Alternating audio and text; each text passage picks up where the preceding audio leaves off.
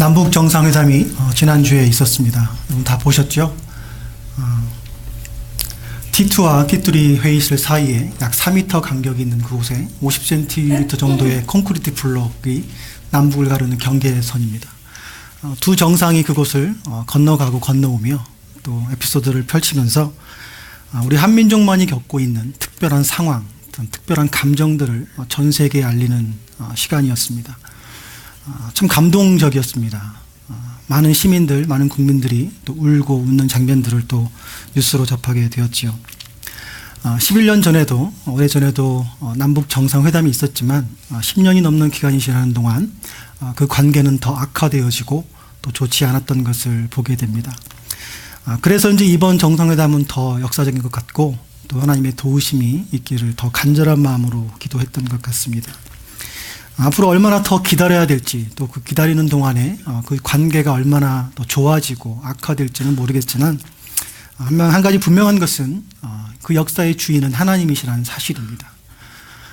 그 회담 가운데 저와 또 몇 분의 성도님들이 우리 한문교회 성도님들은 함께 그 시간에 중보기도로 하나님의 사역에 동참하였습니다. 여러분 감사드리고 또 앞으로 이 남과 북이 얼마나 오랜 시간이 걸릴지는 모르겠지만 그때까지 이 시간들을 잘 기억하며 그 관계를 개선하기 위해서 지속적으로 관리하며 또 점검하는 시간들이 있기를 위해서 여러분 기도해 주시고 특별히 하나님께서 허락하시면 우리 한민족을 향한 하나님의 뜻이 이루어질 것을 믿습니다. 두 나라 사이의 관계에서도 그 관계가 좋아지고 나라 사이에 일이 잘 되어지기 위해서는 지속적인 관계가 필요합니다. 그리고 그 관계를 더 잘 되기 위해서 지속적으로 점검하고 그런 일들이 필요하지요. 사람과 사람 사이도 마찬가지입니다.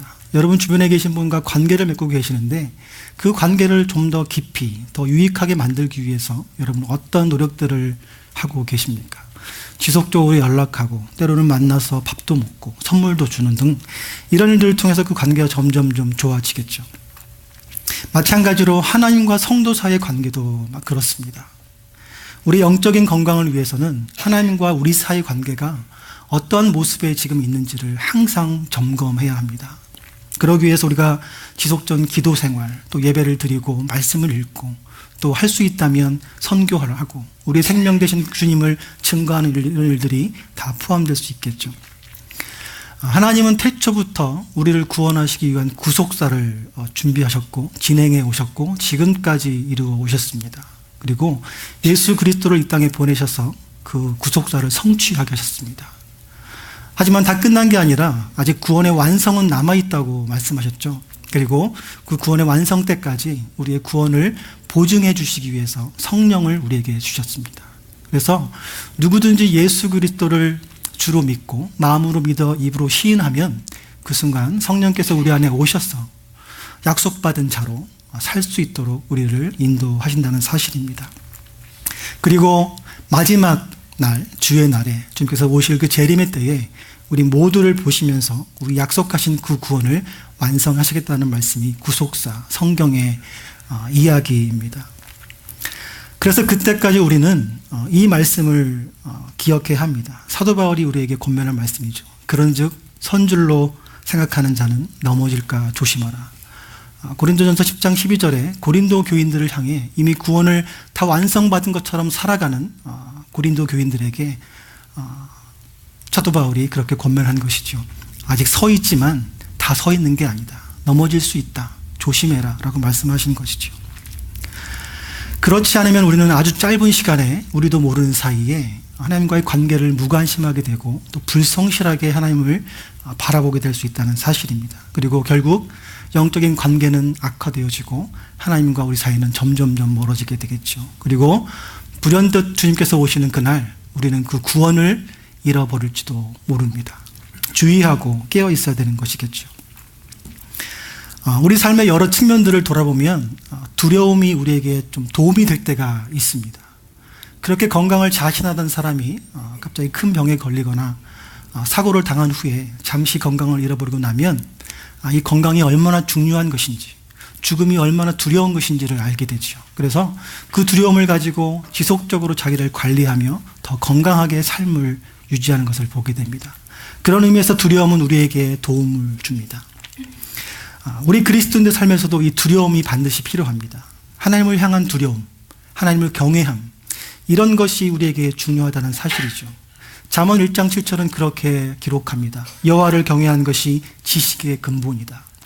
이 지식은 하나님을 아는 지식과 함께 우리가 이 땅을 살아갈 수 있는 모든 지식과 지혜를 다 포함합니다. 그래서 우리 그리스도인들의 삶의 승패는 여호와를 경외하는 것에 달려 있습니다. 하나님을 두려워하는 것에 달려 있다는 사실이죠. 성경은 이 하나님을 경외했던 사람들의 이야기, 그리고 하나님을 경외했던 것을 잃어버렸던 사람들의 이야기로 가득 차 있습니다.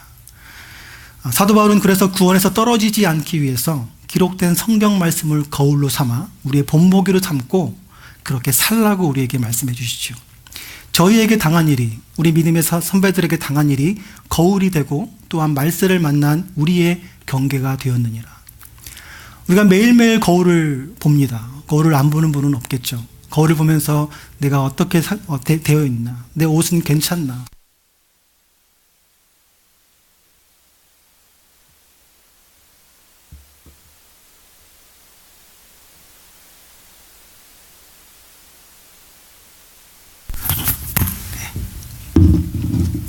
일부에도 똑같은 일이 있었습니다. 딱 이 파트에서 그러는군요. 신기합니다. 네. 이게 지금 실시간으로 라이브 방송이 되고 있습니다. 그래서 방송 시스템도 떨고 있는지 우리 한국에서 장 목사님께서 지금 보고 계시고요. 장 목사님은 여러분의 뒤통수를 보시겠지만 예배 전체를 같이 보시고 또 오늘 힘든 그 육신 때문에 오지 못하시는 우리 어르신들께서도 이 방송을 보고 계십니다. 점점점 좋아질 것입니다. 예, 기도해 주시고. 예. 사도 바울은 그래서 우리에게 권면합니다. 이 기록된 성경 말씀을 우리의 거울로 삼아 그것을 비춰보며 우리를 돌아보자. 저희에게 당한 이런 일이 우리에게는 거울이 되고 우리 말세를 살아가는 우리에게는 경계로 기록하였다. 그래서 선줄로 생각하는 자는 넘어질까 조심하라고 그렇게 말씀하고 있죠. 하나님은 오늘 우리에게 본문 말씀 말라기서를 통해서 우리의 신앙과 삶을 비춰보고 혹시 우리가 지금 잃어버린 것은 없는지, 우리가 지금 잘 서 있는지를 보여주시고자 합니다. 오늘 본 말씀 보시면 그런 걸 여러분 느낄 수 있을 거예요. 하나님과 이스라엘 백성 사이에 질문과 대답이 오고 갑니다. 그런데 그 내용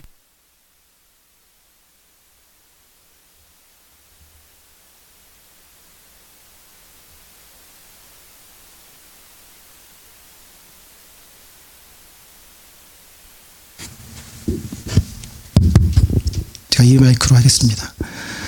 다시 한번 읽어드리죠. 여호와가 이르노라 너희가 완악한 말로 나를 대적하고도 이르기를 우리가 무슨 말로 주를 대적하였나이까 하는도다. 이스라엘이 완악한 말로 하나님을 원망했다고 얘기합니다. 성경은 백성들이 하나님을 원망할 때 하나님께서 그 백성들을 나의 대적이라고 말씀합니다. 나를 대적하는 자들이라고, 나의 원수처럼 여기신다는 사실입니다.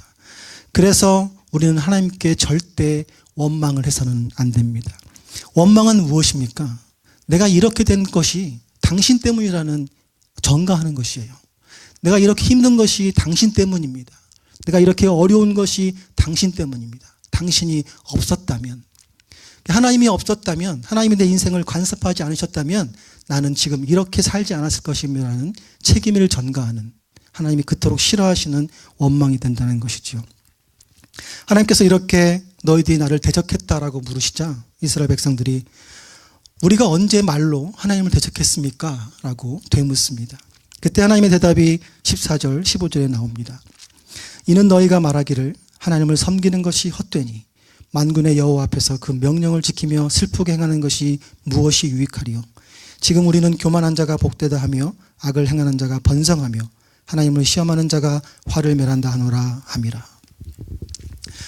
하나님의 백성이 주변을 돌아보니 교만한 자들이 더 잘 사는 것이 보입니다. 악을 행하는 사람들이 더 번영하고 행복하게 사는 것이 보입니다.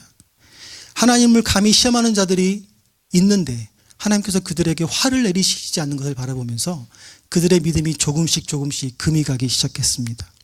그리고 선택받은 백성들이 하나님이 필요 없다, 하나님 때문이다. 하나님 어떻게 이러실 수 있나. 이런 식으로 원망하고 슬퍼하고 있다는 사실이죠. 도대체 어떤 일이 있었기에 이스라엘 백성들이, 선민인 이스라엘 백성들이 이렇게까지 되었을까? 그 이야기가 말라기 1장부터 나옵니다. 우리는 이스라엘 역사를 잘 알고 있습니다.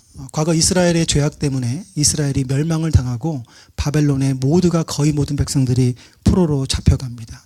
그러나 하나님의 긍휼과 은혜와 사랑으로 인해서 70년 만에 포로에서 예루살렘으로 돌아오게 되지요.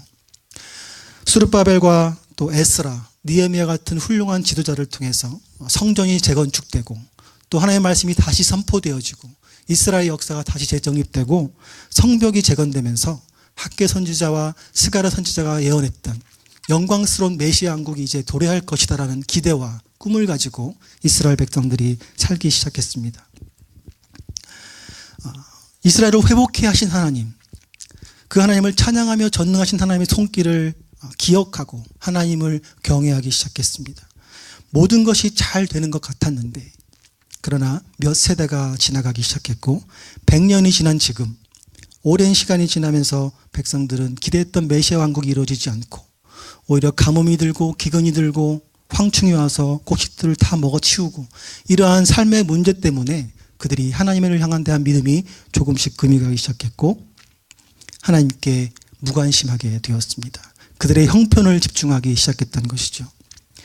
하지만 조상적부터 해왔던 제사이고 예배이기에 그들은 계속해서 예배를 드리기는 드렸습니다. 하지만 습관적으로 그리고 불성실하게 제사를 드리게 되었죠.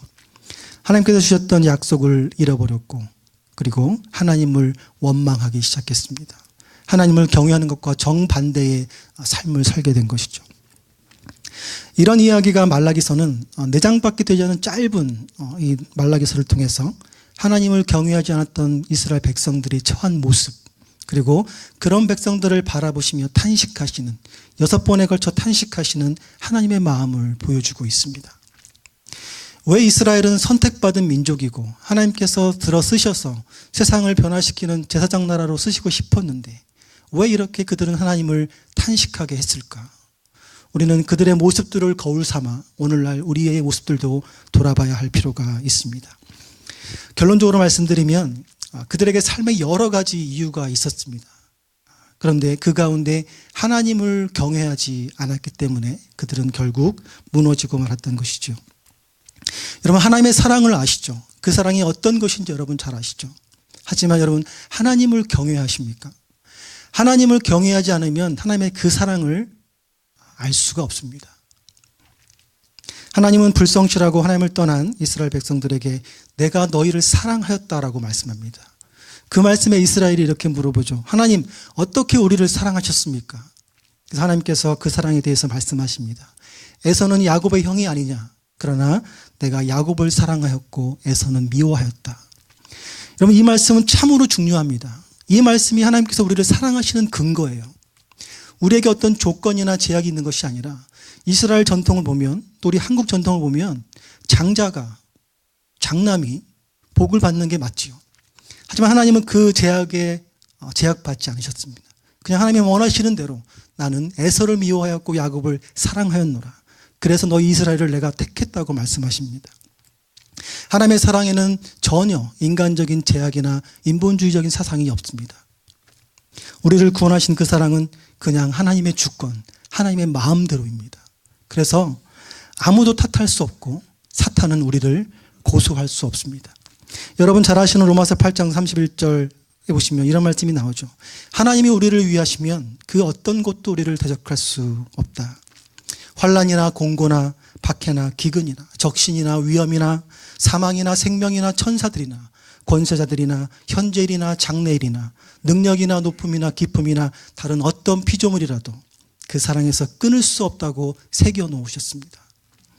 만약 우리에게 하나님의 사랑의 근거가 되는 아주 조금만이라도 하는 조건들이 있다면 사탄은 그것을 가지고 우리를 하나님께 고발할 것입니다.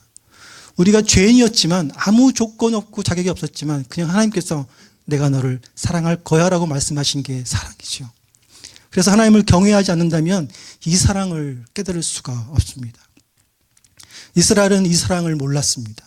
그들은 그들이 받은 사랑의 내용에만 집중하기 시작했고 하나님이 왜 자신들을 사랑했는지에 대해서는 관심이 없었던 것이죠. 저희들도 하나님께서 우리를 사랑하셔서 이 자리에 있지만 그 사랑에 아무런 조건이나 제약이 없음을 아셔야 합니다. 그냥 하나님께서 이해할 수 없지만 왜 그러신지 모르겠지만 저와 여러분들을 사랑하셨기 때문에 이 자리에 있게 된 것이죠. 그래서 우리는 그 사랑을 주신 하나님께 최고의 공경과 존경과 최고의 두려움으로 다가서야 합니다. 하나님을 경외할 때에만 이 사랑을 알 수 있습니다. 그 두려우신 하나님이 나에게 돌격하셔서 나를 죽일 수밖에 없는 그 하나님이 그 마음을 돌리시고 나를 사랑하시는 그 사랑을 인정해 드릴 때만, 그 두려움을 알 때에만 하나님의 사랑이 얼마나 값지고 놀라운 것인지를 알게 된다는 사실이죠. 십자가가 그것입니다. 십자가를 바라볼 때 우리가 가슴 뭉클하지만 그것으로 끝나는 것이 아니라 왜 두려우신 그 두려우신 하나님이 저곳에 달리셔서 나를 위해 돌아가셨을까? 그 두려움이 먼저 우리에게 다가서야 한다는 사실이죠. 그리고 나서 그 두려우신 하나님이 그냥 그분의 뜻대로 나를 사랑하셨구나라고 인정하게 되면 그때의 그 십자가가 진정한 은혜로 우리에게 다가올 수 있습니다. 이스라엘 백성들이 시간은 지나가는데 삶의 형편은 점점점 더 어려워졌습니다. 기근이 찾아왔고 가뭄이 들었고 메뚜기 떼가 와서 남은 곡식을 다 먹어치워버립니다. 하나님의 약속은 언제 이루어질지 더디기만 하고 지식의 근본이신 하나님께 집중하지 못하고 자신들의 어려운 형편에만 집중하기 시작했습니다. 먹고 사는 문제, 삶의 문제, 관계의 문제들 속에서 헤매다 보니 점점 영적인 것에는 무관심하게 되고 결국 하나님께 불성실하게 되었습니다. 습관적으로 예배를 드리지만 정성을 다해 예배를 드릴 수 없었습니다. 나의 삶의 온 관심이 내게 집중해 있기 때문에 그렇죠. 예배를 드리지 않으면 불편할 것 같다. 혹시 벌을 받을까 봐 그런 기복적인 마음으로 예배를 드리는 사람들이 생겨나기 시작했습니다. 자신의 유익을 위해 예배를 드리기 시작했습니다. 자신이 편한 대로 예배를 드리기 시작했습니다. 더 이상 하나님을 경외하지 않기 때문에 일어난 결과들이었습니다. 이럴 때 하나님께서 물어보시죠. 내 이름을 멸시하는 자들아, 나를 멸시하는 자들아, 아들은 그 아버지를, 종은 그 주인을 공경하다니 내가 아버지인데 나를 공경함이 어디 있느냐, 내가 주인인데 나를 두려워함이 어디 있느냐라고 이스라엘을 탓하십니다. 그때 이스라엘은 또 철없이 물어옵니다. 하나님, 우리가 언제 하나님을 멸시했습니까? 그 말씀에 하나님께서 예배에 대해서 말씀하십니다. 이스라엘은 하나님께 예배를 함부로 드렸습니다. 흠이 없는 제물을 드려야 하는데, 정성을 다해 드려야 하는데 흠 있는 것, 눈먼 것, 저는 것, 병든 것들을 하나님께 제물로 가지고 왔습니다. 여러분, 하나님께서 왜 흠이 없는 것, 귀중한 것, 가장 중요한 것을, 소중한 것을 예물로 받으시는 줄 아십니까? 그 모든 예물들이 신약에 오실 예수 그리스도를 의미하기 때문에 그렇습니다. 예수님이 어린 양 되시고 가장 흠 없으신 그분이 십자가에서 죽으셨기에 저와 여러분이 구원받을 수 있었던 것처럼, 그렇게 하나님께 드리는 제물은 예수 그리스도를 생각하면서 우리가 드려야 한다는 사실이죠. 여러분의 헌금과 여러분의 시간과 여러분의 모든 섬김들이 예수 그리스도의 모습을 기억하시면서 드려야 한다는 사실입니다. 하나님께서 원하시는 제사는 참 어렵습니다. 양과 소와 그 큰 짐승들을 잡고 각을 뜨고 가죽을 벗기고 피를 흘리고 이런 제사가 쉬웠겠습니까? 하나님을 경외하지 않자 이런 제사들을 사람들이 소홀히 여기기 시작했습니다. 그냥 아무거나 간편하게. 하나님께 서원을 했던 사람들은 그 서원을 잊어버리고 오히려 하나님을 속여가면서 훔친 것으로 예배를 드렸다고 말라기서는 기록하고 있습니다. 하나님께서 이런 악한 백성들의 행위를 보면서 이런 것들을 너의 총독들에게 드려보아라. 그 총독들이 이런 것을 받겠느냐? 이런 예배를 내게 드리면서 내게 은혜를 달라고 어떻게 애원할 수 있느냐? 하나님께서 이렇게 말씀하시죠. 그리고 더 심각한 말씀을 이스라엘 백성들에게 주십니다. 이런 예배를 계속 드리는 너희들 때문에 차라리 너희 중에 누군가가 이 성전문을 닫아버렸으면 좋겠다. 내가 더 이상 너희들과 교제하고 싶지 않다라고 하나님께서 탄식하십니다. 여러분, 예배가 무엇입니까? 우리는 1년에 52주를 지내면서 적어도 52번의 예배를 드리죠. 그냥 시간이 흘러서 다가오는 주일날 나오는 예배가 아닙니다. 예배를 드리기 위해서 6일을 살아야 합니다. 6일을 살기 위해 예배를 드리는 것이 아니라 하나님께 나가 예배를 드리기 위해서 여러분의 월요일부터 토요일까지 삶을 살아야 된다는 사실이에요. 예배는 우리가 하나님 수준에 맞출 수 없는 죄인이기 때문에 하나님께서 100번 양보하셔서 우리와 교제하시려고 주신 방법이에요. 예배를 통해서 하나님은 우리의 죄 때문에 잃어버렸던 그 태초의 영광을 다시 회복하고 싶어 하시는 것입니다. 우리가 어떻게 예배를 드려야 되겠습니까? 그렇게 예배하지 않는 이스라엘에게 비록 선민이었지만 하나님께서 그들을 포기하시고 이방 민족 중에 다시 들어쓰셔서 영광을 받으시겠다고 말라기서 3장에 말씀하고 있습니다. 제사장 나라의 직분을 다른 민족, 다른 나라로 옮기시겠다는 말씀이죠. 그 말씀은 이루어졌습니다. 선민이었던 유대인들이 이방인으로 복음의 주권이 넘어가 저와 여러분들이 복음을 듣고 지금 하나님의 자녀가 되어 이 자리에 서 있습니다. 마찬가지로 최근에 복음을 먼저 받아들였던 나라들의 영적으로 퇴색해가는 것들을 우리가 눈으로 보지 않습니까? 기독교가 시작되는 유럽의 모습들을 보십시오. 안타깝지만 동방의 예루살렘이라 불렸던 우리 한국, 지금은 기독교의 위기라고 일컫는 그런 나라가 되어가고 있습니다. 말씀을 쫓아 자유롭게 예배하기 위해서 도망쳐온 사람들이 세운 이 나라, 이 미국도 어떻습니까? 이제는 기독교 국가라고 아니라고 버젓이 말하는 것이 당연한 것처럼 되어버린 현실 속에 우리가 살고 있습니다. 왜 이렇게 되었을까요? 말씀을 뒤져보고 묵상하고 아무리 생각해도 예배를 제대로 드리지 않았기 때문에 그렇습니다. 하나님을 경외하지 않았기 때문에 그렇습니다. 모두가 하나님을 경외하지 않고 하나님께 드린 예배에 실패했기 때문에 하나님께서는 어쩔 수 없이 이런 일들을 탄식하시며 행하실 수밖에 없는 것이죠. 하나님을 경외하지 않는 것은 일반 이스라엘 백성들 뿐만이 아니었습니다. 백성들이 하나님 경외하기를 잊어버리면서 예배를 제대로 드리지 못할 때 그들을 막아서고 그들을 고쳐야 할 사람들이 있었는데 그들은 제사장들이었습니다. 오늘날로 말하면 목회자들이겠죠. 이 말씀을 준비하면서 그래서 많이 힘들었습니다. 내가 과연 이런 말씀들을 전할 수 있는 자격이 될 수 있을까? 하나님께서 탄식하시는 그 탄식의 절정은 이런 제사장들의 타락이었습니다. 하나님께서 이스라엘 12지파 중에 레위지파를 선택하셔서 제사를 담당하게 하셨죠. 그리고 하나님과 백성들 사이에 중재를 담당하게 하셨습니다. 거룩한 하나님 앞에 거룩하지 않은 백성들이 제사를 지내는 것들을 제사장들만 중재할 수 있었습니다. 그런데 제사장들이 거룩하게 준비하지 않고 예배에 나가기 시작했습니다. 성경에서 거룩하게 준비하지 않고 하나님께 나아갔다가 죽임당한 제사장들의 이야기가 나옵니다. 그래서 하나님은 레위지파와 세운 언약을 생명과 평강의 언약이라고 말라기 2장 5절은 기록하고 있습니다.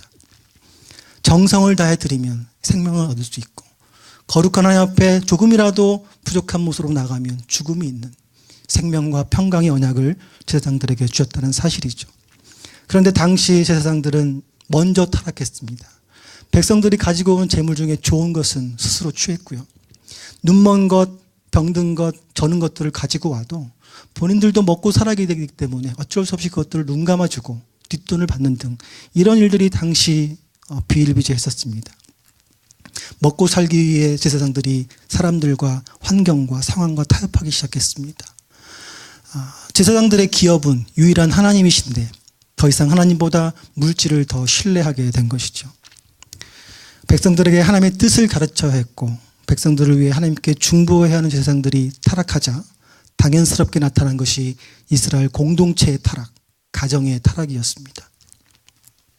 한 형제 자매라 불리던 공동체 안에서 서로 거짓을 행하기 시작했고 서로 저 사람이 잘못돼야 내가 잘 살 수 있다는 그런 의식들이 팽배해지기 시작했습니다. 하나님께서 가증스럽게 여기시는 우상들을 버젓이 가지고 들어와 성소에서 예배를 드린 일들이 생겨나기 시작했고요. 이방 여인들과 불법적으로 혼인하기 위해서 자신이 사랑했던 아내들과 가족들을 버리는 일들이 이스라엘에 일어나기 시작했습니다. 가정이 깨어졌습니다. 버림받은 아내들과 가족들이 눈물과 울음과 탄식으로 하나님의 제단을 가득 채웠다고 이야기합니다. 그러면서도 여전히 하나님께 나와 예배를 드렸습니다. 복을 달라고, 은혜를 달라고. 그런 예배를 드리는 자들에게 하나님께서 내가 이런 예배를 어떻게 받을 수 있느냐라고 반문하십니다. 그러면서 그들은 하나님께 도리어 묻죠. 하나님, 왜 우리 예배를 받지 않으십니까? 그럴 때 하나님께서 내가 증인된 너의 가정이 죄악으로 깨뜨려졌기 때문이라고 말씀합니다. 여러분, 하나님께서 이 세상을 만드시고 가장 먼저 만드신 게 가정입니다. 아담과 하와를 만드시고 가정을 이루어 주셨죠. 그래서 가정 공동체가 참으로 중요합니다. 하나님은 영이 충만하셔서 더 많은 것들을 만드실 수 있는데 왜 단 하나의 가정만 만드셨을까요? 오늘 말라기는 정확하게 그것을 짚어줍니다. 경건한 자손을 얻기 위해서. 그래서 한 사람, 한 남자, 한 여자가 결혼해서 가정을 이루고 그 가정에서 경건한 자손을 얻는 것이 하나님의 법이었습니다. 그런데 가정이 깨어졌습니다. 경건한 자손을 만들기가 어려워졌다는 사실이죠. 하나님께서 가정이 깨어지는 것을 그래서 미워하십니다. 우리가 지난달에 우리에게 맡겨주신 아이들을 위해서 자녀들을 위한 기도회를 가졌습니다. 우리 각 가정에 맡겨주신 아이들뿐만 아니라 우리 교회에 맡겨주신 아이들이기 때문에 우리에게 이 아이들을 경건한 자손으로 키워내야 되는 사명이 우리에게 있습니다. 그래서 앞으로 정기적으로 우리 아이들을 위해서, 경건한 자손들을 위해서, 건강한 가정들을 위해서 우리가 힘을 다해 수고하고 기도할 것입니다. 여러분, 아이들을 위해서 기도하십시오. 여러분이 주님을 더 섬기고 싶겠지만 주님께서 골고다를 오르시면서 주님을 따랐던 여인들에게 이렇게 말씀하십니다. 나를 위해 울지 말고 너희 자녀들을 위해 울라. 여러분, 주님을 위해 더 섬기고 싶고 선교도 가고 싶고 다 하고 싶으시죠. 하지만 그 전에 여러분의 자녀들을 위해서 먼저 우셔야 합니다. 여러분이 먼저 하나님께 나와 예배하며 하나님을 사랑하며 이런 모습들을 아이들에게 보여주셔야 부모의 등을 보고 자라는 아이들이 나도 크면 자기도 모르게 자연스럽게 하나님을 사랑하고 교회를 섬기는 모습들을 하게 된다는 사실이죠. 여러분, 이 일들을 위해서 성도님 여러분 모두를 초청합니다. 애써주시고 수고해 주시기를 부탁드립니다. 하나님의 말씀은 참 어렵습니다. 여러분, 지금 가정의 모습이 어떠한지 잘은 모르나 여러분의 지금 현재의 모습을 넘어 경건한 자손을 만들기 위해 지금부터 최선을 다하십시오. 기도의 자리에 나가 기도하시며 눈물을 흘리며 하나님 도와달라고, 해결해 달라고, 우리 아이들을 지켜달라고 기도하십시오. 그것은 하나님을 경외함으로부터 시작해야 합니다. 하나님께 원하시는 예배를 위해서 최선을 다해야 합니다. 가정이 건강하지 못하면 교회 또한 건강하지 못하고요. 교회가 건강하지 못하면 그 나라 그 사회에 소망이 없습니다. 왜냐하면 교회는 이 세상에 생명의 복음을 전할 수 있는 마지막 대안이기 때문에 그렇습니다. 세상 사람들이 왜 교회를 그렇게 욕하는 줄 아십니까? 세상 사람들이 교회에 기대를 걸고 있기 때문에 그래요. 우리는 이렇게 못 살아도 당신들은 이렇게 살아야 되는 거 아니냐. 교회가 마지막 소망이기 때문에 그렇습니다. 이 교회의 사명을 우리에게 주셨는데 이 교회는 어떤 교회입니까? 주님께서 자기의 생명을 다하시면서 유언과도 주신 같은 것을 주신 것이 교회입니다. 여러분의 가정을 위해서, 교회를 위해서 여러분 좀 더 애쓰시고 몸부림치시기를 부탁드립니다. 이스라엘 백성들 사이에 형제에게 거짓을 행하고 가정을 지키지 않으면서 아무렇지 않게 예배를 드리며 복을 구하는 이런 백성들에게 하나님께서 주님의 날, 두려운 날이 이를 것이라고 다시 예언하십니다.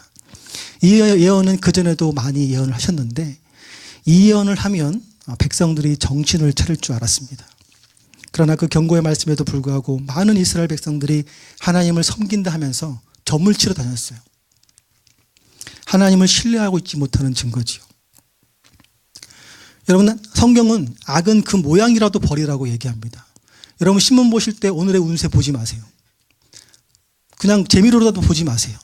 그건 악한 모양입니다. 하나님은 성경 분명 우리에게 악은 그 모양이라도 버리라고 얘기합니다. 여러분, 하나님을 섬기면 하나님만 섬기셔야 합니다. 나머지 모든 것들은 필요가 없습니다. 그런데 이스라엘 백성들은 하나님께 예배드리고 그 다음 2부 순서에 점을 치러 갔습니다. 하나님을 두려워하지 않게 그들은 마음대로 영적으로 간음했습니다. 하나님보다 무엇인가를 더 사랑한 것을 하나님은 간음이라고 말씀하시죠.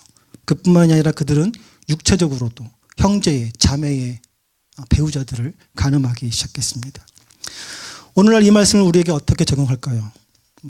우리가 간음하지 않으니까. 하지만 주님께서 신약에 오셔서 율법을 완성하시고 이 기준을 더 높여주셨어요. 이제는 육체적으로 간음한 것뿐만이 아니라 우리 생각으로 음욕을 품으면 이미 간음했다고 주님께서 선을 그어 놓으십니다. 그리고 내가 사람을 직접 찔러 죽이지 않지만 주님은 네 마음속에 그 형제를 미워하면 이미 살인했다라고 말씀하십니다. 너무 높은 기준이지만 주님은 이 기준을 절대 양보하지 않으십니다. 그렇게 몸부림치며 살아야 마지막 때의 구원의 완성, 주님의 사람으로 설 수 있기 때문에 그렇습니다. 아무렇지 않게 그들은 거짓 맹세를 했습니다. 아무렇지 않게 보증을 섰고 아무렇지도 않게 약속을 했고, 그러다가 그것이 깨지면 아무렇지도 않은 듯 그렇게 살았던 이스라엘의 모습을 우리는 보게 됩니다. 주님 우리에게 말씀하시죠. 하늘로도 맹세하지 말고 땅으로도 맹세하지 말라 하셨습니다. 예는 예고 아니오는 아니오라고 말해야 하고, 그에서 벗어나는 모든 것들은 악한 것이라고 얘기합니다. 여러분, 우리가 농담으로라도 여러분 성도들에게 예는 아니오, 아니오는 예라고 말씀하셔는 안 됩니다. 악은 그 모양이라도 버리라고 했기 때문에 그렇죠. 그래서 우리가 너무 자주 하는 실수 중에 하나가 형제를 위해서, 자매를 위해서 기도하겠습니다라는 말입니다. 여러분, 내가 그 형제 자매를 위해서 그 아픔을 내 것으로 여기면서 애통하고 그렇게 기도하지 못할 거면 기도하겠습니다라는 말을 해서는 안 됩니다. 그건 부도수포를 남발하는 것과 마찬가지예요.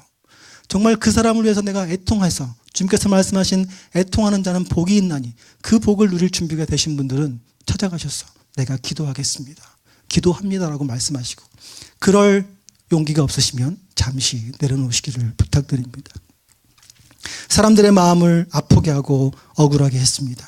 나보다 조금 뒤처진 사람, 나보다 조금 지위가 낮은 사람, 나보다 형편이 어려운 사람들에게, 과부와 고아들에게 갑질을 했습니다. 성경은 그들의 억울함의 소리를 하나님께서 다 들으셨다고 기록하고 있습니다. 그리고 이렇게 하나님을 경외하지 않으니 하나님의 것이 다 내 것으로 변하고 말았습니다. 11조와 헌물을 드리지 않았습니다.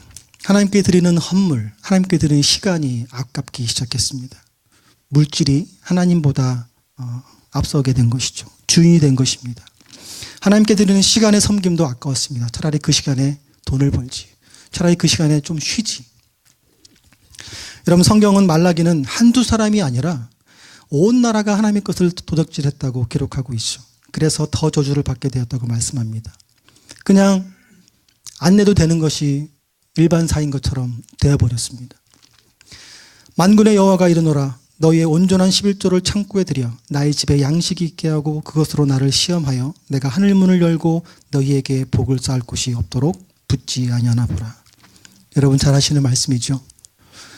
여러분, 헌금을 많이 하라고 권면하는 설교가 아닙니다. 이 말씀은 정말 놀라운 말씀이에요. 성경 66권 전체 중에 사람이 하나님을 시험해도 되는 유일한 것이 이거예요. 하나님께 헌물과 시간의 섬김을 드려봐. 하나님이 복을 주시지, 주나 안 주나 시험해 보라고 하는 말씀. 유일한 말씀입니다. 어떻게 사람이 하나님을 시험할 수 있겠어요? 하지만 하나님께서 이 부분에 대해서만큼은 나를 시험해도 좋다고 인정해 주시는 참 놀라운 말씀입니다. 그만큼 하나님의 마음이 급하시고 간절하신 것이겠죠. 11조와 헌금, 그리고 시간을 드린 섬김, 이것들은 이 자체보다 더 중요한 게 있습니다. 이것을 드릴 때에 우리가 하나님은 하나님이시라고 인정해 드리는 것이에요. 나의 주인은 하나님이시라는 것들을 인정해 드리는 것이에요. 하나님을 경외하는 자는 마땅히 이럴 수밖에 없습니다. 그리고 나의 삶을 책임져 주시는 하나님께 나의 삶을 맡겨드리는 최고의 믿음의 표현입니다. 여러분의 물질, 여러분의 건강, 여러분의 삶이 정말 여러분의 것이라 생각하십니까? 하나님이 오늘 밤 가져가시면, 성경은 그렇게 기록하고 있죠.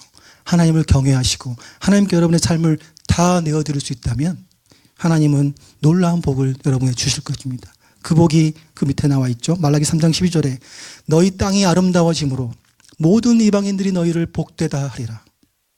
만군의 여호와의 말이니라. 성경에 만군의 여호와의 말이니라 이렇게 쓴 것은 너무너무나 확실해서 부인할 수 없는 그 의미가 담겨질 때 이렇게 말씀합니다.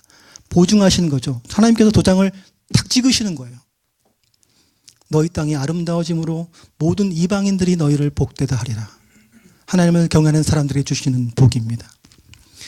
여러분, 여기까지가 오늘 읽었던 본문의 배경입니다. 이스라엘 사람들이 이렇게 살고 있었어요. 하나님과 너무나 멀어졌어요. 하나님을 경외하지 않았어요. 이 이야기를 읽을 때마다 마음이 슬펐습니다. 여러분은 어떠세요? 제가 잘 전달하지 못한 것 같지만 이 이야기를 들으시면서 슬프지 않으세요? 안타깝지 않으세요? 답답하지 않으세요? 여러분, 이 거울 앞에 서실 수 있으세요? 이 거울 앞에 섰을 때 여러분 어떤 마음이 드세요? 그런데 이런 상황 속에서 하나님을 경외하는 사람들이 있다고 성경이 기록하고 있습니다. 얼마나 감사한지. 16절에 보시면 그때 여호와를 경외하는 자들이 피차에 말하매 여호와께서 그것을 분명히 들으시고 여호와를 경외하는 자와 그 이름을 존중히 여기는 자를 위하여 여호와 앞에 있는 기념책에 기록하셨느니라. 성경은 세상 속에 있지만, 저와 여러분처럼 세상 속에 있지만 믿음을 지키고 하나님을 경외했던 사람들을 남은 자로 소개합니다. 이스라엘 백성들이 다 멸망할 위기에 처했을 때 미가서에 하나님께서 불러 모으셔서 구원하시는 남은 자가 있다고 기록하고 있고요. 이스라엘이 멸망할 때도 남은 자들 때문에 이스라엘 백성들이 포로에서 예루살렘으로 돌아올 수 있는 근거가 되었습니다. 엘리야 때는 어떻습니까? 엘리야가 너무 지쳐 하나님, 내가 이삭을 포기하고 싶습니다 그랬을 때 하나님께서 내가 아직 바알에게 무릎 꿇지 아니한 7,000명을 남겨두었다 하시면서 엘리야의 어그러진 무릎을 일으켜 세우셨습니다. 노아는 어떻습니까? 노아 때에 온 세상 사람들이 다 죄를 범해 하나님이 그들을 다 멸망시키려 할 때 노아와 8명의 가족은 남겨두셨습니다. 성경은 이렇게 남은 자의 이야기가 정말 보석처럼 박혀 있습니다. 하나님을 경외하는 사람들을 하나님은 남은 자라고 기억하시면서 기뻐하신다는 사실이죠. 예수님을 기적을 보고 수많은 사람들이 몰려들었습니다. 오병이어의 기적을 보고 예수님을 왕으로 삼자고 했습니다. 그 후에 예수님께서 생명의 떡에 대한 설교를 하시죠. 그 설교를 듣고 수많은 사람들이 떠나가 버렸습니다. 남은 사람은 12제자와 소수의 제들만 남게 되었다는 사실이죠. 여러분, 우리는 하나님의 제자가 되고 싶고 예수님의 제자가 되고 싶다고 말하는 사람들입니다. 그럴 때 주님께서 우리에게 도전하시는 것은 무엇입니까? 날마다 자기를 부인하고 날마다 제 십자가를 지고 나를 쫓을 수 있겠느냐라는 말씀. 오늘 말씀에 남은 자들인 하나님을 경외하는 자들이 피차에 말한다고 기록하고 있죠. 우리는 하나님을 경외하자. 우리의 주변이, 우리의 상황이, 우리의 가까운 사람들이 다 그리해도 우리는 하나님을 경외하자라고 피차에 말합니다. 하나님께서 그것을 들으시고 너무 좋으셔서 그들의 이름을 기념책에 기록하셨다고 성경은 말하고 있습니다. 이 기념책이 계시록 20장에 나오는 생명책과 다른 것이라면 하나님께서 저와 여러분을 위해서 책 2권을 준비하고 계신 거예요. 만약 같은 것이라면 그 책이겠지만요. 하나님은 어떤 상황 속에서도 하나님의 경외하는 자들의 목소리를 분명히 들으십니다. 힘들지만 신음소리 같은 것이겠지만 하나님께서 분명히 그 목소리를 들으셔서 기념책에 기록하고 놓으세요. 우리는 그동안의 삶 동안에 하나님의 이 기념책에 이름이 적혀 있을까요? 물론 그때가 봐야 알겠지만 우리가 하나님을 정말 경외하고 예배에 하나님을 섬기는 데 최선을 다하고 있다면 하나님이 분명히 그 이름을 적어 놓았을 것입니다. 사랑하는 성도 여러분, 우리 한몸교회 공동체는 하나님을 경외하는 자들이 함께 모여서 피차 우리 함께 하나님을 경외하자, 그렇게 말하고 권면하는 공동체가 되기를 소원합니다. 그것이 우리 한몸교회 공동체의 목적이에요. 하나님께서 노던버지니아에게 수많은 한인교회들 중에 300개가 넘는 이 한인교회들 중에 왜 한몸교회를 하나 더 세우셨을까요? 하나님은 우리 한몸교회에 반드시 필요한 목적과 사명이 있기 때문에 그렇습니다. 여러분 모두가 하나님을 경외하는 사람들 되어서 세상 밖에 나가면 힘들지만 교회에 와서는 함께 우리 여호와를 경외하자, 그렇게 서로 위로하는, 그래서 하나님이 기뻐하셔서 여러분 이름들을 다 적어 놓으시는 그런 교회가 되기를 원합니다. 정말 마치 우리가 세상 속에 내던져 버려진 것 같은 인생들이겠지만 그곳에서 빛과 소금 역할을 감당하여 빛나는 성도가 되기를 축원합니다. 그러기 위해서는 우리는 매일매일 우리의 영적인 건강을 관리해야 합니다. 그것은 하나님을 경외하는 것입니다. 여러분의 삶의 자리에서 하나님을 경외하시면서 일터로 나가시고 하나님을 경외하시면서 일하시고 하나님을 경외하시면서 교회를 섬기시고 하나님을 경외하심으로 예배를 드리시고 하나님을 경외하는 모습을 여러분의 자손들에게 남겨주십시오. 그러면 하나님께서 이런 복을 주십니다. 17절 18절에 만군의 여호와가 이르노라, 나는 내가 정한 날에 그들을 나의 특별한 소유로 삼을 것이요 또 사람이 자기를 섬기는 아들을 아낌같이 내가 그들을 아끼리니 그때에 너희가 돌아와서 의인과 악인을 분별하고 하나님을 섬기는 자와 섬기지 않은 자를 분별하리라. 하나님께서 마지막 날에 우리를 통해서 하나님을 경외하는 사람들을 통해서 악인과 의인을 분별하시고 하나님께 나올 자와 못 나올 자를 분별하시는 그 자리에 함께 세우시겠다는 말씀입니다. 여러분, 하나님께서 약속하신 이 복을 반드시 누리는 저와 여러분 되기를 축원합니다. 함께 기도하겠습니다.